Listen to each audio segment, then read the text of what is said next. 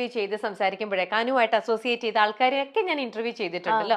അപ്പൊ അവരൊക്കെ പറയും അനു തരുന്ന അനുവിന് ഒരു ഭയങ്കര വൈബ്രന്റ് ആണ്, അനു തരുന്ന ഒരു എനർജി ഉണ്ട് എന്നും പറഞ്ഞ് എല്ലാവർക്കും അനുവിനെ ഭയങ്കര ഇഷ്ടം. ഒരു കുട്ടി നമ്മൾ നല്ല നോട്ടിയായിട്ടുള്ള കുട്ടി നല്ല നിൽക്കുന്ന കുട്ടികളെ കുറിച്ച് നമ്മൾ പറയുന്ന പോലത്തെ ഒരു ഓമനത്വത്തോടു കൂടിയാണ് എല്ലാവരും അനുവിനെ ഇഷ്ടപ്പെടുന്നത്, സ്നേഹിക്കുന്നത്. എന്താണ് ഇതിന് പിന്നിലത്തെ സീക്രട്ട്? പറഞ്ഞു തരാം. ഒരാള് ആരാ പറഞ്ഞ്? അത് എല്ലാരും പറഞ്ഞു. അല്ല, എല്ലാരും അനുമായിട്ട് അസോസിയേറ്റ് ചെയ്ത് നിൽക്കുന്ന എല്ലാവർക്കും പറയാനുള്ളത് ഒരേ അഭിപ്രായം. ഇപ്പം പരിചയപ്പെടുമ്പോ എല്ലാരായിട്ടും ഫ്രണ്ട്ഷിപ്പ് കൊണ്ടുപോകാൻ ഭയങ്കരമായിട്ട് ആഗ്രഹിക്കുന്നവരാ എല്ലാരായിട്ടും. അതുകൊണ്ട് ഞാൻ നിൽക്കുന്ന സമയത്ത് അവരെ സന്തോഷിപ്പിക്കുക എന്നുള്ളതാണ് എനിക്ക്. ഞാൻ സന്തോഷിക്കുന്നേക്കാളും കൂടുതൽ അവരെ സന്തോഷിക്കണം, ഞാൻ കാരണം അവർ ചിരിക്കണം, അങ്ങനെയൊക്കെയാണ് എനിക്ക് ആഗ്രഹം. അങ്ങനെ അതുകൊണ്ടാണ് പറയുന്നത്. പിന്നെ അവരെ കൂടുതൽ ഞാൻ എന്താ പറയുക, സ്നേഹിക്കും, പിന്നെ സേഫായിട്ട് നിർത്തും. അതൊക്കെ ഇതാണോ അനു തമാശ പറയും. തമാശ പറയും, എന്തെങ്കിലുമൊക്കെ കോമഡികൾ പറഞ്ഞ് ഞാൻ ചിരിപ്പിക്കും. അതാണ് എനിക്ക് കാണേണ്ടത് അവരിൽ നിന്ന്. ചിരിക്കണം. ഞാൻ ഇപ്പം നമ്മളെ കൂടെ ഒരാള് വന്നു കഴിഞ്ഞാൽ ഇപ്പൊ അവർക്ക് കുറെ വിഷമങ്ങൾ കാണും, അവരുടെ ഫാമിലി ഇഷ്യൂസ് ഒക്കെ കാണുമ്പോൾ.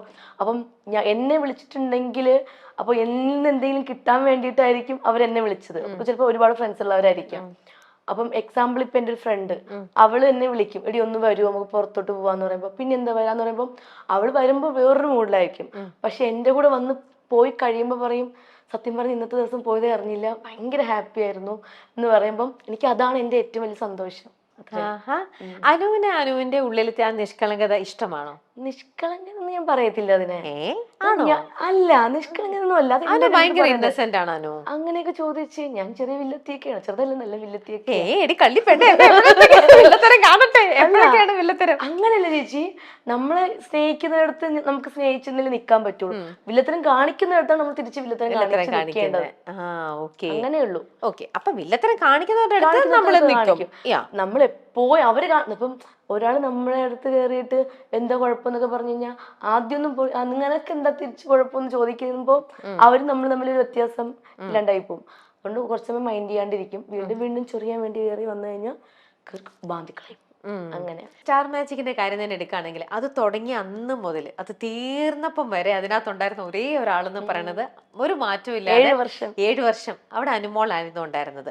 ബാക്കി ഇടയ്ക്ക് പലരും വന്നു പോയി, അങ്ങനെയൊക്കെ ചെയ്തു. അപ്പൊ അനുവിന് എപ്പോഴെങ്കിലും തോന്നിയിട്ടുണ്ടോ മറ്റുള്ളവര് ഇപ്പോൾ മാത്രം ഇതിനെ നിൽക്കണോ? തോന്നും ചേച്ചി, ഉറപ്പായിട്ടും തോന്നും. ഇപ്പൊ നമ്മള് ഗേൾസ് ആണെങ്കിൽ ബോയ്സ് ആണ്, ഇങ്ങനെ താരതമ്യം ചെയ്യാൻ പാടില്ല. എന്നാലും ഞാൻ പറയാണ്, ഈ ടമാർപ്പടാറിലാണ് ഞാൻ വന്നത്. ഞാൻ ആ സമയം മുതൽ ഈ സ്റ്റാർ മാജിക് ഇപ്പൊ 7 വർഷമായിട്ട് ഞാൻ നിൽക്കുന്നുണ്ട്. അപ്പൊ പുറമേ നിന്ന് ഏതൊരു പെൺകുട്ടിയാണെങ്കിലും ആൺകുട്ടിയാണെങ്കിലും ചിന്തിക്കും, ഏതൊരു ആർട്ടിസ്റ്റും ചിന്തിക്കും, അല്ലെങ്കിൽ പോട്ടെ ക്രൂ ആണെങ്കിലും ചിന്തിക്കും, ഇവളിതിൽ നിൽക്കുന്നല്ലോ, ബാക്കിയുള്ളവരൊന്നും കാണാനില്ല, പോട്ടെ ഞങ്ങളൊന്നും വിളിക്കുന്നില്ലല്ലോ. അങ്ങനെ ചിന്തിക്കുന്നവരുണ്ട്. ഇപ്പൊ ഞാനാണെങ്കിലും ചിന്തിക്കും, എനിക്ക് പകരം അവരുടെ ആർട്ടിസ്റ്റ് നിന്നോ ഞങ്ങളൊന്നും വിളിക്കുന്നില്ല. ഞങ്ങളാണെങ്കിൽ ചേച്ചി ചിന്തിക്കത്തില്ലേ? ചിന്തിക്കും. ഏതൊരു മനുഷ്യൻ, എത്ര നല്ല മനുഷ്യൻ എന്ന് പറഞ്ഞാലും ആരാണെങ്കിലും ചിന്തിക്കും. കാരണം നമ്മളും ആ പ്രോഗ്രാമിൽ നിന്നല്ലേ, നമ്മളില്ലല്ലോ എന്ന് ചിന്തിക്കും. പക്ഷെ അതെന്താ പറയണേ, അതെനിക്കറിയില്ല പറഞ്ഞു തരാൻ. ഞാൻ ഞാനായിട്ട് നിന്നിട്ടുള്ളൂ. 7 വർഷവും ഞാനായിട്ട് നിന്നു. അവർക്ക് വേണ്ടതുള്ളത് ഞാൻ കൊടുക്കുന്നുണ്ട്. അതുകൊണ്ട് പ്രേക്ഷകർ ഒരുപാട് പേര് എന്നെ സ്നേഹിക്കുന്നുണ്ട്.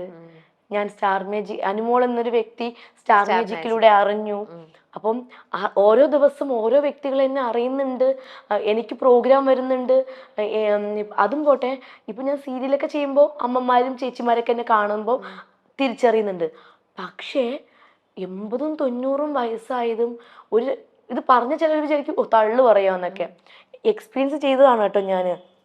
കുഞ്ഞു മക്കള് പോലും അനുചേച്ചി എന്ന് പറഞ്ഞ് ഫോട്ടോ കാണിച്ച് ഭക്ഷണം കൊടുക്കാറുണ്ട്. ഇതെന്റെ അനുചേച്ചി, ഇപ്പൊ വരും അനുചേച്ചി. അപ്പൊ ഇതൊക്കെ എനിക്ക് ഭയങ്കര സന്തോഷമുള്ള കാര്യമാണ് ചേച്ചി. അപ്പൊ ആ സ്റ്റാർ മാജിക്കിൽ ഞാൻ എന്ത് കോമാളിത്തരം ആയിക്കോട്ടെ, എന്തോ ആയിക്കോട്ടെ, അങ്ങനെ കാണിച്ചതുകൊണ്ടല്ലേ ഈ പിള്ളേർക്കൊക്കെ എന്നെ ഇഷ്ടം, ഈ പ്രായമായിട്ടുള്ള ആൾക്കാർക്ക് ഇഷ്ടം. ഇങ്ങനെയൊക്കെ ഉണ്ടെങ്കിൽ കുറെ എക്സ്പീരിയൻസുകൾ, കുറെ കാര്യങ്ങളുണ്ട് കേട്ടോ, കുറേ ഉണ്ട്. അതൊക്കെ എനിക്ക് ഉള്ളില് ഭയങ്കര സന്തോഷമാണ്. അതാണ് ഞാൻ പറയുന്നത്, എനിക്ക് എന്ത് വിഷമം വന്നാലും പെട്ടെന്ന് ഞാൻ ഈ കാര്യങ്ങൾ എടുത്ത് ആലോചിക്കും. അപ്പൊ ഇതൊക്കെ മാറും. ഇപ്പൊ അനു ഒരു ഗ്രൂപ്പിൽ ഇരിക്കുമ്പോഴേ എന്താണ് അനുക്കുട്ടി, അയ്യോടാ,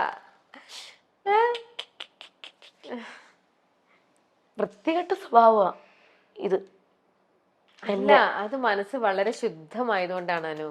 വളരെ വളരെ ശുദ്ധമായതുകൊണ്ടാ മനസ്സ്, അതുകൊണ്ടാ. ഞാൻ ഇവിടെ പറഞ്ഞതിന് മുന്നേ ആ, കരയരുത്, ഇവളെന്ത് എല്ലാരും പറയണേ ഇവളെന്തിനാ കരയാൻ, ഈ പെണ്ണ് എപ്പം നോക്കിയാലും കരച്ചില്ല. ചേച്ചി കരയുന്നത് ചേച്ചി പറയാം എന്തുകൊണ്ടാണ് നമ്മൾ കരയുന്നത്, നമ്മൾ വിഷമം വരുമ്പോ, അല്ലെങ്കിൽ നമുക്ക് എനിക്ക് സന്തോഷം വന്നാലും സങ്കടം വന്നാലും ഞാൻ കരയുന്ന ഒരു വ്യക്തിയാ, അതെന്റെ ബ്ലഡിലുള്ളതാണ്. നമ്മള് ആ ഇമോഷൻ നമുക്ക് വരുന്നത് ചില ആൾക്കാർ പറയും എവിടെ എപ്പോ നോക്കിയാലും കാര്യം, എന്റെ കരച്ചിൽ മാറി, ഞാൻ ഓക്കെ ആയി, ഇത്രയേ ഉള്ളൂ, ശരിയായി, ഞാനത് ഇങ്ങനെ കരയുന്നില്ലല്ലോ, ഒന്ന് മാറിക്കോട്ടെ ഞാൻ കരഞ്ഞോട്ടെ, അങ്ങനെ കരയുന്നില്ല. ഞാൻ എപ്പോഴും കരയുമ്പോൾ ഫ്രണ്ട് ഇരിക്കുന്ന ആളെ ഒരിക്കലും ബുദ്ധിമുട്ടിച്ച് ഞാൻ കരയത്തില്ല.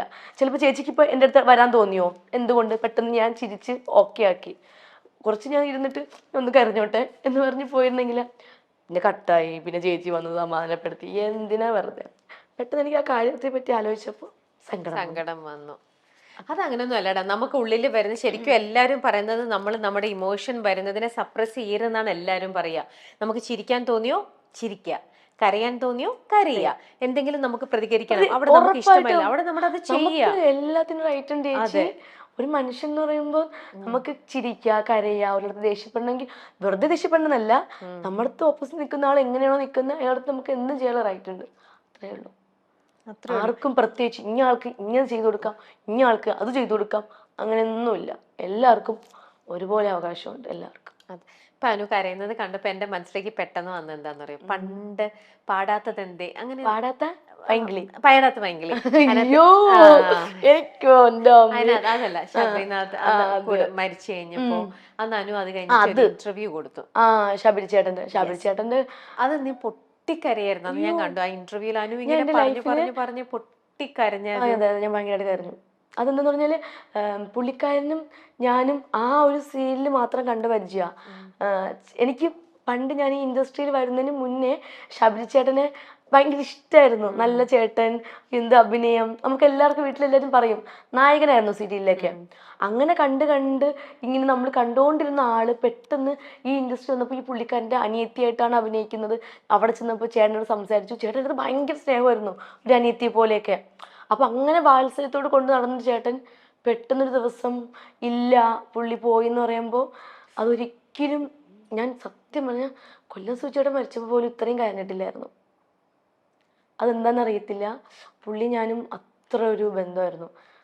വളരെ കുറച്ച് ദിവസത്താണെങ്കിൽ പോലും നമ്മുടെ അടുത്ത് കാണിക്കുന്ന ഒരു സ്നേഹം ഉണ്ടല്ലോ, ഭയങ്കര കരച്ചിലായിരുന്നു. കുറേ നാൾ എനിക്കറിയില്ല, ഞാൻ വേറെ ഏതോ ഒരു ലോകത്തായിരുന്നു. ഇപ്പോഴും ശബരിച്ചേട്ടൻ്റെ ഫോട്ടോസൊക്കെ കാണുമ്പോൾ ഇപ്പോഴും പുള്ളിക്കാരൻ എവിടെയോ ഉണ്ടെന്നുള്ളൊരു തോന്നല. സത്യം. കാരണം നമ്മളെ വിട്ടു പല നമുക്ക് ഇഷ്ടപ്പെട്ട ആൾക്കാരൊക്കെ നമ്മളെ വിട്ടു. ഇപ്പം എൻ്റെ അമ്മയുടെ അച്ഛൻ അപ്പൻ, പുള്ളിക്കാരൻ ഞാൻ ഭയങ്കര കൂട്ടാണ്. പുള്ളിക്കാരന് ഞാൻ കുപ്പി എടുത്ത് കൊടുക്കാറുണ്ട്, ഞാൻ പുറത്തൊക്കെ പോയിട്ട് വരുമ്പോൾ ഞാൻ സ്മോക്കി അത് വാങ്ങിക്കൊടുക്കാറുണ്ട്. ഭയങ്കര കൂട്ടം എന്നെ എപ്പോഴും, ഞാനും പുള്ളി എപ്പോഴും അങ്ങോട്ടും ഇങ്ങോട്ടും ഗുസ്തിയാണ്. ആ പുള്ളി നമ്മളെ വിട്ടു പോയപ്പോൾ പോലും എന്തോ എനിക്കറിയില്ല, ഇപ്പോഴും വിശ്വസിക്കാൻ പറ്റുന്നില്ല. നമ്മൾ ഇപ്പോഴും ഉണ്ട്. ഇടയ്ക്ക് വിളിക്കുമ്പോഴും പറയും അപ്പോൾ അവിടെ ഇല്ലേ എന്ന് ഞാൻ ചോദിക്കും, വെറുതെ എൻ്റെ ഒരു സമാധാന സന്തോഷത്തിന് വേണ്ടിയിട്ട്. അമ്മയുടെ അടുത്ത് ഇപ്പോഴും ഉണ്ട്, അവിടെ ഉണ്ട്, ഇവിടെ ഉണ്ട്. നമ്മളെ വിട്ടു പോയിട്ടുള്ളവരൊക്കെ മരിച്ചിട്ടില്ല, ഇപ്പോഴും ഉണ്ടെന്നാണ് ഞാൻ വിചാരിക്കുന്നത്.